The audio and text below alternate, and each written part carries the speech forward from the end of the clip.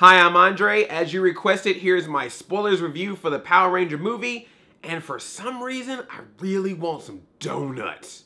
Krispy Kreme to be specific. So yes, the Power Ranger movie is out. It's been out for a few days. Did pretty well at the box office. Couldn't beat that beast, but it still did a really good job. Fingers crossed that we get a sequel. I reviewed the movie. I talked about my first impressions of the movie before. I was really hesitant to do any spoiler review about this movie at all because a lot of parts of it were parts that I was like, oh, this is so good to actually experience this without knowing anything, but now everything's out there. If you want to see my non-spoiler review, be sure to check that out. This one will have spoilers and Easter eggs and references and all the things that are fun to see when you see it in the theater. So if you don't want to know any of that stuff, go away, because that's what's gonna happen right now. This movie plays like an extended version of the first episode of Power Rangers, Day of the Dumpster, where Zordon tells them that they're going to be Power Rangers. They're like, whatever, and they walk away, even down to the point where the other Rangers walk away and Jason kind of holds back a little bit. That's exactly how it happened in the first episode of Power Rangers. So I thought that was kind of a neat thing. And eventually, of course, they come back, they start training, and eventually they become Power Rangers. But I thought it was kind of interesting that they basically took that first episode, added a little bit of depth into it, and then made that basically the movie. That's why I was saying that the only thing that I think is a little off is I wish there was some kind of more fight or something that happened a little bit in the middle of the movie, just so you can have another fun action sequence with the suits. Because like I said, the suits, whatever you thought about them as the image, I thought they looked great in the movie, so I would like to see more of them, but at least we got to see the building of this team. So let's start with the very beginning of this movie, which I thought started off great. Really set the tone of what this world of Power Rangers is gonna be, and it was kind of dark. It shows that this fight of the Power Rangers and Rita have been going on for several years, 65 million to be exact, all the way back in the days of the dinosaurs, and we find out that Zordon is the original Red Ranger, and he had his own Ranger team. They went up against Rita, did not do a good job because the rest of his team died. We actually see a scene of the Yellow Ranger like struggling, and then she demorphs into this alien creature, and she gives her power coin to Zordon so that he can save all the power coins and preserve them for a future set of Power Rangers before he demorphs,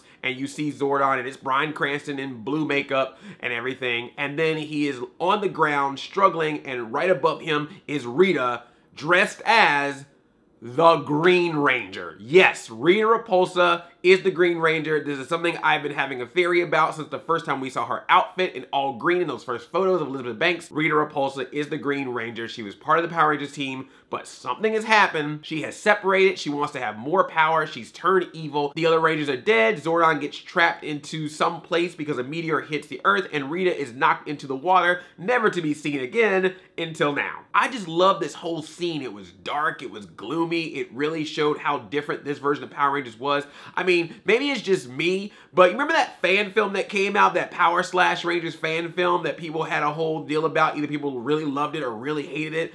Whatever they thought about it, whatever Saban tried to do to shut it down, I can't help but feel like they watched it and took some notes. There's a shot where it kind of zooms out from a Ranger helmet, and it almost looks exactly like that teaser poster for the Power Slash Rangers fan film. So I don't know.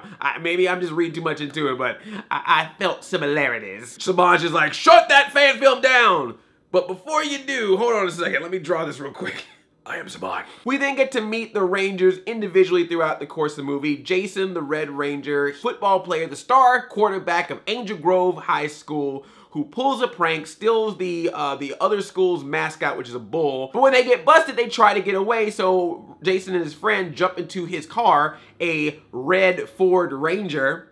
Nah. And it's this really cool shot car sequence that you see him driving around that shows all these different angles. It just shows that this movie was being very professional. Like, it was a very nicely shot sequence leading up to the eventual car crash where you actually are inside the car and you see it flipping around. It just was a really cool sequence, and then it ends with boom, Power Rangers, like smallly written into the corner of the screen, like it's an independent film. And I was like, oh wow, all right. So Jason gets in trouble. He has an ankle bracelet that he has to wear. He has to be home by 7 o'clock every day. He also broke his leg, which means he's not gonna be able to play football anymore. So that's why his dad is mad at him, because his whole opportunity to get out of this town and make something of himself is now all gone because of this one prank that he pulled. So now he has to go to detention. Other people in detention are a bunch of bullies, and of course, Kimberly and Billy. Billy's in detention because apparently he had a bomb in his lunchbox.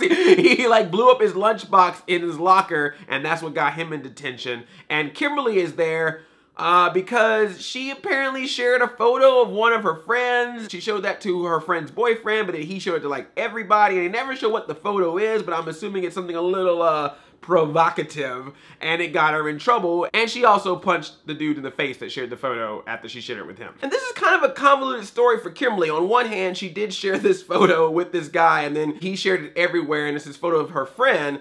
At the same time, you meet these friends, Amanda and Harper, and they're total mean girls. So you kind of get this feeling like, well, what Kimberly did wasn't right, but at the same time, she was rolling with this mean girl clique, so I'm sure if this happened to somebody else, they would have thought it was funny. So I feel like there's this whole thing of like, maybe Kimberly's a good girl, but she was hanging out with bad people, which caused her to become bad, and then she finally realized through this one incident that, oh, she has definitely crossed the line to total mean girl, and can't be that way anymore. Her and Jason have a moment where they talk and become friends, and you can see it's kind of the beginning of their possible relationship that was supposed to happen in this movie that got cut out of this movie, which is fine. I'm actually okay with it not being in the movie. I think it was fine to just have it the way it was. And my favorite scene about that is Amanda and Harper confront her coming out of the same stall in the bathroom for some reason, and then they're like, we're cutting you out of our group, literally. And they pull out this gigantic photo of the three of them and a big pair of scissors, and they cut Kimberly out of the photo and then stick the photo on the wall with the scissors, just like, ugh. Like I said, man, Amanda and Harper show up multiple times in this movie. To me, they are the new Bulk and Skull. The next time I watch this movie, whenever they pop up, I'm gonna be in my head just going, boom. Jason and Billy become friends in detention because this bully that's not Bulk or Skull picks on Billy, breaks his pencils, which you see Billy is putting his pencils in a specific order, making sure they're all aligned by a certain color. Billy is being bullied. Jason shows up, tells the bully to leave Billy alone. The bully tries to hit Jason, he just moves out of the way.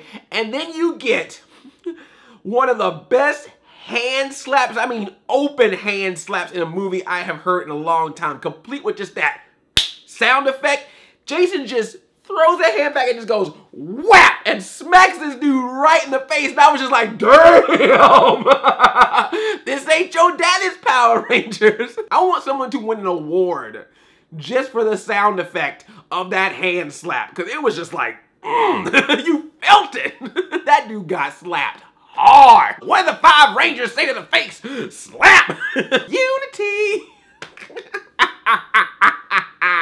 I'm Jason Scott, bitch. The friendship that Jason and Billy get as the result of this was very, very endearing, and just again shows how Billy, RJ Kyler, is just the heart of this movie. We also eventually find out that Billy is on the spectrum of autism, so that is why he doesn't get humor sometimes, always has a very formal introduction because it's hard for him to be social with people. He also lost his dad, who used to work in the mine that he likes to hang out with, and there's times where he's having full conversations with his dad by himself because he misses him so much. But as we see throughout the course of the movie, and he even reveals later in this wonderful campfire scene, that because he's becoming friends with all of these other Rangers, he's now not missing his dad as much because he now feels like he has true friends and people that he can connect with, and that's really cool. And it's just neat to see Jason become friends with Billy because Billy, being such a social outcast, doesn't have any friends, and for the one guy to start to befriend him is the star quarterback of the town, which that's how it is. In some small towns, if you are like the star football player or the star basketball player, you're basically like a celebrity in your small town. You're like a legend. And that's how Jason Scott is. Like everywhere he goes, people are like, oh, is that Jason Scott? And my favorite part is when he gets over to Billy's house and Billy's mom opens the door and sees it Jason, she goes, oh my God, Jason Scott. I love that part. And just like I said, Billy is just a sweet character. Like just everything he says, everything he does, like you're gonna want to really listen to him because a lot of times he's having conversations with himself or just talking to himself. You want to make sure you're listening really close because a lot of times he's saying some very cool stuff. There's one point where he has to jump over a cliff and he's talking about like how the direction of the angle is, and if he doesn't make it, what happens to his mom, and he's worried his mom will be alone, but he's like, well, my mom will find somebody. It's like, it's just this random conversation he's having to himself that if you just think he's just mumbling, you're like, whatever, but if you really listen to it, it's pretty funny. And then eventually we meet Zach and Trini. Zach is just hanging out on top of a old train and notices what's going on and joins the group. And the thing about Zach is he lives in a trailer park. He has a mother who is dying. She's bedridden. She's very, very sick. Zach knows at some point she's gonna be gone, so it really hurts him. to the point where he's not even going to school. He's just kind of like being there for his mom and then just kind of hanging out. And you can tell that he wants something better out of life, because every single time they find something in this movie, like the power coins or the spaceship or whatever, Zach's first inclination is, how can I make money off this? How can I use this to get rich? You can tell he's trying to make his life better, which I thought was kind of neat. It's these layers, man. It's like they just add all these layers and depth and dimension to the characters that I thought was really cool. They really did a good job of deciding, why is this character acting this way? What is it about their life, their background, their history that is making them the person that we see right now? So first time we see Trini, she's like doing like a yoga pose on top of a rock, and you think she's listening to like sweet, soothing music, and then it cuts in close, and she's listening to like heavy death metal while she's doing yoga. But it seems to be a hangout spot. Zach has seen her hang out there before, calls her crazy girl. They kind of have a cool camaraderie. I just thought that it was a cool introduction to all 5 of the characters, and it leads to them finding the power coins and then being caught at the mine and having to escape. And the sequence is really cool. They have to like pick up some of the other people while they're driving. Zach is like running over top of the car, or over top of the van, and then like jumps and lands on top of the van and gets thrown in. And they're like, are you crazy? And he's like, yeah, I am. And I was like, I love that. See, Zach still has that cool swagger. One might even say, we have an Asian dude, bro, Zach. So then we get the cliche scene of people driving in a car and a train track shows up, and you see the train coming, and I was like, oh, this whole thing where, you know, they're gonna drive across the train track at the very last second and get away, and the security people are gonna be on the other side of the train going, ooh, those darn Rangers, you know,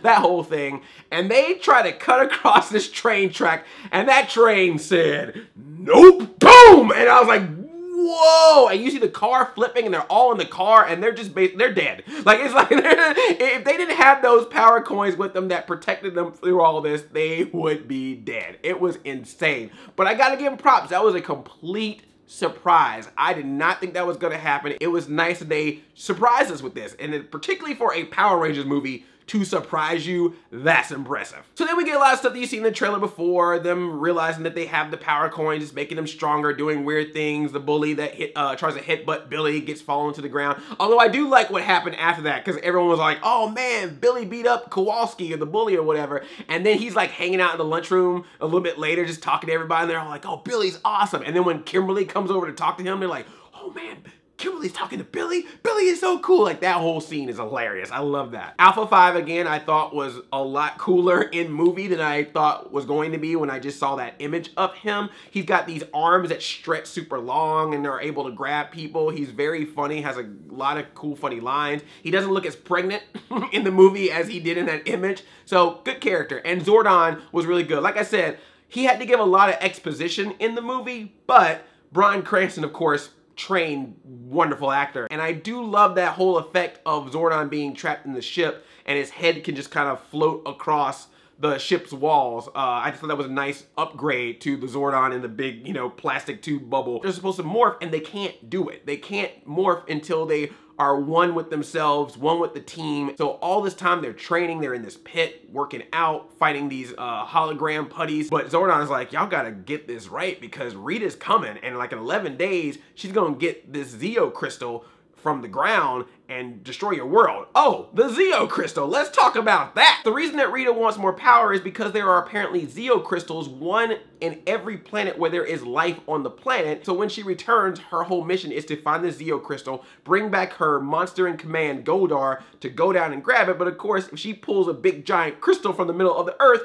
probably going to destroy the earth. And of course, this crystal is located in Angel Grove, in a very specific part of Angel Grove. It is apparently directly underneath a donut establishment of some kind. I can't remember the name of it. And speaking of Rita boy, Elizabeth Banks, you know, for all the let's be a little bit more serious with Power Rangers, if you're looking for a character that's like, it's a new version, but still reminds me of the TV show, it's Elizabeth Banks as Rita Repulsa. They find her underwater, they bring her up on this fishing boat, and she's like wrapped in plastic like she's from freaking Twin Peaks.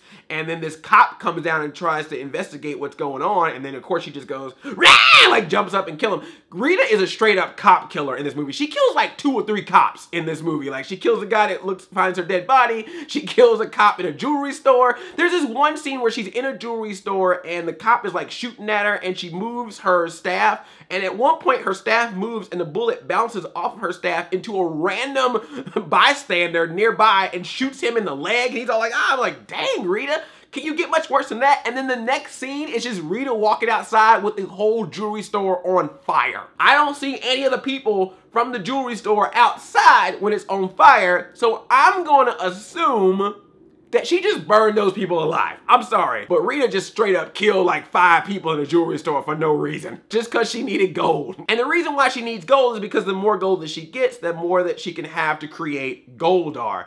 And she is taking gold from everybody. If you have gold teeth and Rita is near you, your mouth about to get messed up. And they show a silhouette of it, but you see like her hand like ripping into this dude's mouth to pull it out. And I was like, dang, this is, whoa! And Zordon even does this really cool dream sequence with the Rangers to show what's gonna happen, and this really cool part where they're on the street by themselves and everyone else is like in poses, scared, but they're all turning into dust when they run into them, and then Rita shows up and is like sucking the energy out of each of the Rangers. This is to show just what's gonna happen if they don't become Power Rangers and save the day. It's really crazy. And is it just me, but Rita was doing like this chant the entire time in that dream sequence? It sounded like she was saying, Daycare, Daycare, which I thought was kind of funny because the Red Ranger Jason, his actual name is Dacre Montgomery. So I don't know, was it just me that heard that? Let me know if you heard that too, but I could have sworn she was going, Daycare. Zach, they find out about the Zords, and Zach just hijacks a Zord and just starts driving around the Zord before becoming a Power Ranger, so of course he can't control it. He goes on the street and he almost hits this van, and inside the van are these singing nuns. They're all, go tell it on the mountain, when this giant Zord is running across, and I was just like, see, for as dark as this movie wants to try to get sometime, or as serious as this movie tries to get, they still are like, but we Power Rangers, we gotta get one of them cheesy Power Ranger jokes, and there's nothing more cheesy than a van full of nuns. So they get in a fight because of it. Zach and Jason actually punch each other, which I was like, wow. And Billy tries to stop the fight, and when he stops the fight, his heart is so pure at that moment that he's actually able to morph into the Blue Ranger. It's the first time we see a Ranger in a suit, but he's not able to keep it because he's still not formed with the rest of the team. Zordon's even just like, get out. Do it again. Can you morph again? I ain't think so. Get out. So Zach feels really bad about what he did, so he's all like, hey, let's have a campfire and hang out. And I thought that was a really sweet gesture. And I love that the Rangers are hanging out and they're holding bottles. And I love earlier before they had the camp out, Zach's all like, I got some sodas with me if we want to sit around and drink sodas. But I'm sorry, I don't know what soda you drinking that looks like a beer bottle. Them Rangers were drinking beer. I don't care what they say. You can call it soda all you want to, cream soda, grape soda, orange soda. When you got Trini sitting back like this with her leg up and a brown bottle in her hand going, let me tell you about myself. You drinking! Power Rangers got drunk! But I loved this campfire scene. This is a moment in Power Rangers that you almost never see, which is just straight up the characters talking to each other, the relationships, the character development. Everybody in that scene brings it. I love Zach's moment where he talks about his mom and he just yells out loud, my mom is the best!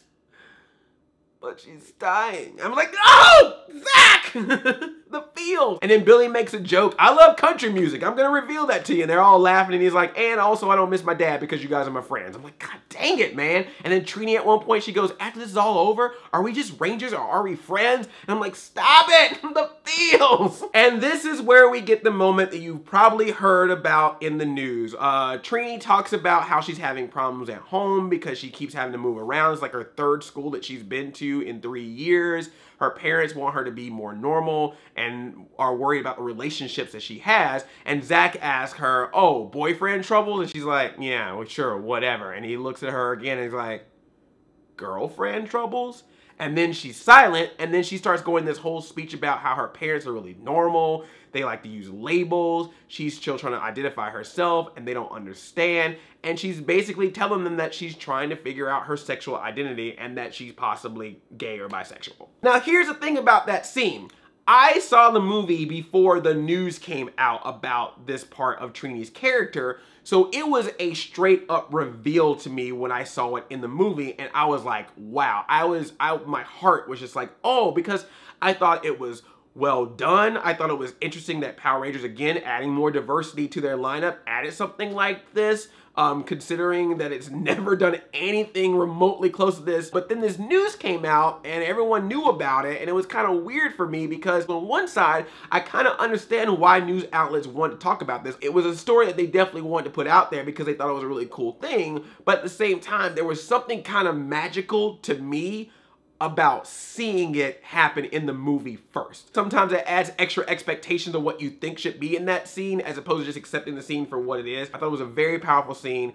Becky G kills it at that moment. She just does a great job. They all do, man. I just love this cast. I know I met them and all that kind of stuff, but I mean just in the context of the movie. These are relative unknowns carrying an entire film, and I never once got tired of them. I never once was bored by them. I never once was annoyed by them. It's just so good to see that these 5 people could carry this movie, particularly since most of the movie is about them, not about them as Power Rangers. So I thought that was really cool. Even though I would have loved to see more Power Ranger stuff, kudos to them for being able to do this, particularly in this campfire scene. This is probably one of my favorite scenes in the entire movie, and it has nothing to do with a Zord or a fight or anything. That's really awesome. And it was really cool to see Trini just have that moment where she starts to feel a little vulnerable. I mean, this is obviously something that she cannot deal with her parents, that she's able to tell her new friends, and that's really awesome. But that insecurity about Trini is what makes Rita show up to her bedroom, lie over her, and it's all like, oh, are the Rangers as young as you? And then just slam her across the wall 15 times while saying, join my side, which is a very interesting offer. You should join me so that you can stay alive when I take over the world. By the way, I'm also gonna slam you around about 15 times. Don't you wanna live with me? So Trini tells the other Rangers they go to try to fight Rita, even though they can't morph yet, which is the dumbest idea in the world. So of course they get the butts kicked, and Rita's all like, I need you to tell me where the Zeo Crystal is, because one of you knows where it is. And I love that she always refers to the Rangers not by their names, but by their colors. So she's always calling her red or yellow, which is probably why they didn't make the Black Ranger black in this movie. Could you imagine her going to a black guy going, hello, black? So instead she calls him blue. But yes, Billy used his map skills and his knowledge of the city to figure out where exactly the Zeo Crystal is based on coordinates. And of course, it is underneath this donut restaurant. I can't remember the name of it. What was it called again? Duncan? No. Yes, man, the Zeo Crystal that Rita is trying to find is underneath the Angel Grove Krispy Kreme. And I laughed so hard. I know, because I knew that people were not gonna like this. I have seen so many reviews was like, this is the worst product placement, and I'm like, I don't care. For some reason, when you're just that blatant, when you're like, we're literally gonna make Krispy Kreme a plot point because that's where the Zeo Crystal is, I'm like, you won me. Somehow you went to so far bad in product placement that you looped right around to good. Because I was like, this is the most ridiculous thing in the world. Not only are we gonna have that Rangers hang out in Krispy Kreme, forget Ernie's youth center, forget all that stuff, no sherbet or yogurt going around in this place. We are hanging out at a Krispy Kreme and do like a freaking flipping around donuts and stuff and forks, which that was actually a pretty cool sequence. I like that in the training montage. But in addition to that, we're gonna literally have the plot center around Krispy Kreme to get the Zeo Crystal. It's beautiful, man. If you're gonna do product placement, go big. That's what I say, and that's how they did it, man. I don't care. If you got problems with product placement, it is totally fine, but I'm sorry. Sometimes there are exceptions to the rule, and for me, the exception to the rule is Power Rangers with Krispy Kreme putting the Zeo Crystal right underneath the Krispy Kreme. And hearing Rita have to go, Krispy Kreme, what is this establishment? Godar, let's go to the Krispy Kreme.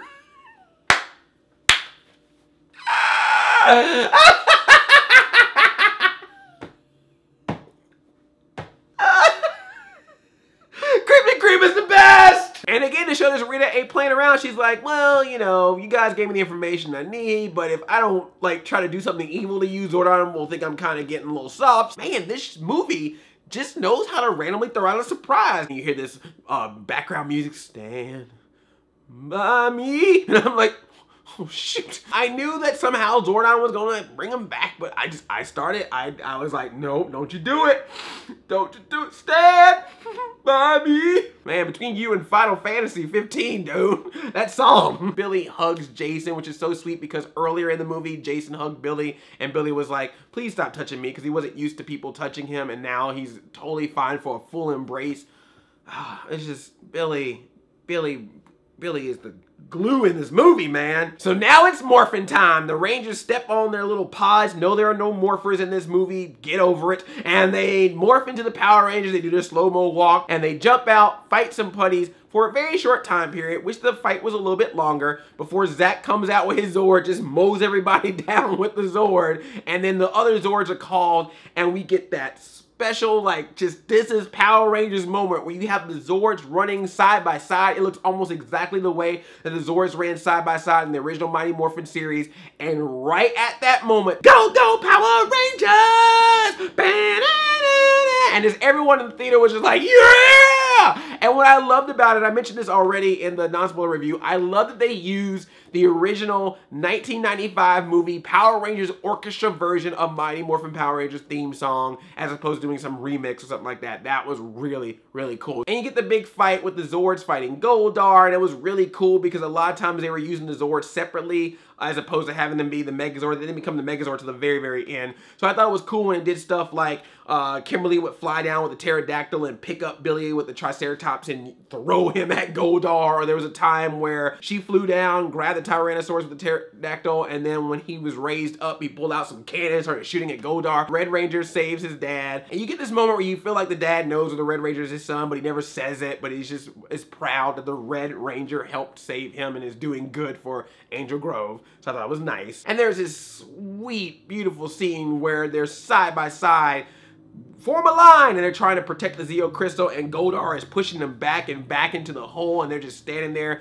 And there's this one point where Billy just goes, "Thank you guys for being my friends," and I'm just like, oh my god. And then like Jason and Kimberly look at each other and they put their hand up, and I'm just like, oh man, these feels. And then all of a sudden, rising from the ashes is the Megazord, and I'm just like, yeah! The Megazord takes out Goldar. Rita's looking up and is like, you think I'm the only one? There will be others. Oh, Lord Zed, maybe? And then Rita, for some reason, decides she's gonna jump up in the air and try to attack the Megazord. Megazord was like, oh really? A pat! And she gets slapped all the way into space, freezes right in front of the moon, which I thought was really cool because in the original series, Rita's base was on the moon. So maybe they were setting that up. And then the Megazord dances. See, I told you, man, for everything that this movie wants to be serious, they always bring it back to silly Power Ranger stuff. And you also get a couple of people watching the Megazord up there taking photos, none other than Jason, David, Frank, and Amy Jo Johnson. Tommy and Kimberly are back together. Forget that letter from Zeo. Forget those Pan-Global games. We got a couple back. Yes, the Green Ranger and the Pink Ranger from the original series does a cameo in this. They don't say anything. They just look up at the Megazord. Jason David Frank takes a picture of it, and that was it. I thought it was a very, very sweet cameo. I've heard some people say that they wish the cameo was bigger, or maybe that the Rangers were parents of some of the students. I think it was good. I think it was a nice, respectful way of saying, we understand the franchise that this came from. We're gonna pay respects to the OG Power Rangers with this cameo, and then let's keep it going, because I think if you insert them too much, then it starts reminding you of the old stuff as opposed to it being its own thing. Yes, I would have loved to have seen Austin St. John somewhere in this, or Walter Jones somewhere in this. Hopefully they'll figure out other ways to sprinkle cameos, but even if they do in future movies, I want them to be like this. I want them to just be like, here's a little nod, hey, I know that guy, I know that lady, but let's move on with the movie. Because I want this to be its own universe, you know what I'm saying? Now let's finish up with some Easter eggs. It was nice that we had the Zeo Crystal in this movie because it was a reference to another Power Ranger season other than MMPR, but we also got some other references too. There's one point where even Jason's dad is looking for Jason. He's like, I'm on the corner of Mariner Bay and Reefside.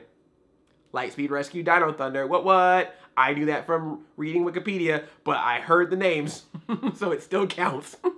Shut up. I'm gonna watch later seasons of Power Rangers in more detail, I swear, one day. There's also some clothing references, like there's one time where Jason is wearing a shirt and it says the word bulk on it, so I was like, ah, bulk. There's also the obvious one that people have talked about since the trailer where Trini is wearing a shirt that says 1973, and people said that's a reference to the actress that played the original Trini in the 93 series, who unfortunately has passed away. It was like a reference to her birth year, so I thought that was really cool. I thought it was also neat in the movie that they kind of make a reference to the fact that in the Super Sentai series, the Yellow Ranger was a guy, and in our series, American series, it was a girl, because there's one point where Trina is hanging out with her little brothers and they're talking about the Power Rangers. They're like, oh yeah, I love the Yellow Ranger. He's the best. And she's like, how do you know it's not a girl? And they're like, ah. And I thought it was a cool like layered thing of like referencing that. And also kind of like, hey, it's cool, even though you're a boy, that you can like a superhero that's a girl. You know, layers, man. This movie had layers. When their Rangers are fighting in the pit, there's at one point you see a rock and a scorpion is crawling across it. This may be a stretch, but I think that might have been a reference to Scorpina, because when you first see Scorpina in the Power Rangers series, you see this little rock with a scorpion walking on across it, and then this rock rolls, and then boom, this hot Asian woman shows up in metal gear. You get some of the signature catchphrases. It's morphin' time, make my monster grow, ay, ay, ay, it's all in there. As well as Zordon's rules for being a Power Ranger. They're almost exactly how they sounded in the original series. And I found out later that the Angel Grove High School logo in the movie is the exact same logo that was used in the television series. I love that the Tyrannosaurus during the Zord fight picks up a yellow car and throws it at the putties, and he just yells, "Sorry, Bumblebee!"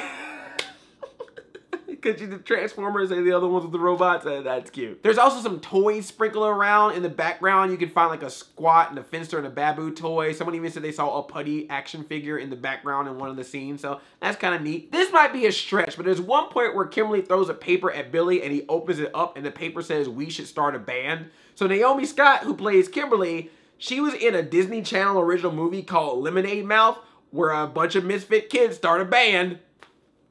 Just saying, it could be a reference. I might be stretching with that one, but hey, I'll take whatever I can get. And of course, there's that mid-credit scene that we get that ends the movie with the teacher saying in the kitchen, "We have a new student here, Tommy Oliver." Tommy Oliver? Tommy Oliver. Yes, Tommy the Green Ranger. Looks like he's coming, or she's coming, according to some people online, to this movie, because they don't show a person yet. They just show a green jacket and an empty chair, and then a shot of the school before Billy blows up another lunchbox in his locker.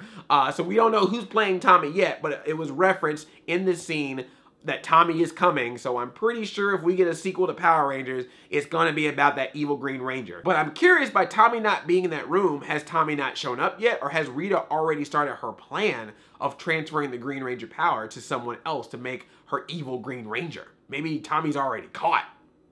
Ooh. I think that's pretty much it. Did I miss anything? Let me know if there's any other spoilers or little tidbits that you noticed from the movie that I forgot to say. So as you can see, this is what I like about this movie, man. The fact that I can talk this much about a Power Rangers movie in 2017 is just amazing. I just really had fun with this, and I hope that you had fun with me from this experience, from the beginning, from the announcement of this thing all the way up to now. I hope that now this groundwork is established enough and there's enough interest to warrant a second movie to see where it goes from here. Because you've opened up some really cool things. The possibility of a Green Ranger showing up, the possibility of upgrading armor with the Zeo crystals, the possibility of going into space because the Zeo crystals are located on other planets. Like, there's some really cool things that can happen with this Power Rangers movie franchise that I'm really excited about. Talk about the spoilers all you want in the comments and let me know what you thought about this movie. Hope you go see it. If you haven't seen it, now you probably know everything about it, but still hope you go see it. And if you are new here, please subscribe to my channel. I make nerdy videos all the time. And also ring that bell so you can be notified of future videos that I make. I live like a play cousin. I'm Addy 5000. Chain chomp yomp.